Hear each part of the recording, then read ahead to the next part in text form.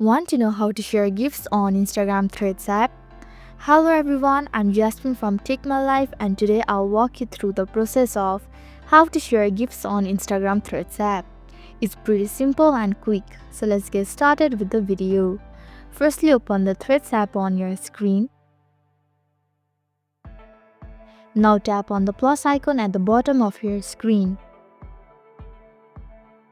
Here, right below the message bar, you can see multiple icons. Tap on the GIFs icons. Likewise, here you can see multiple GIFs. Now you can select from them or tap on the search bar at the top and search for different GIFs.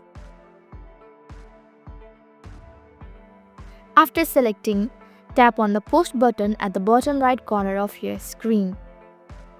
So this is how to share GIFs on Instagram Threads app. Thank you for watching Take My Life. I hope this video was helpful. If it was, then hit the like button and comment down if you have any questions or feedback.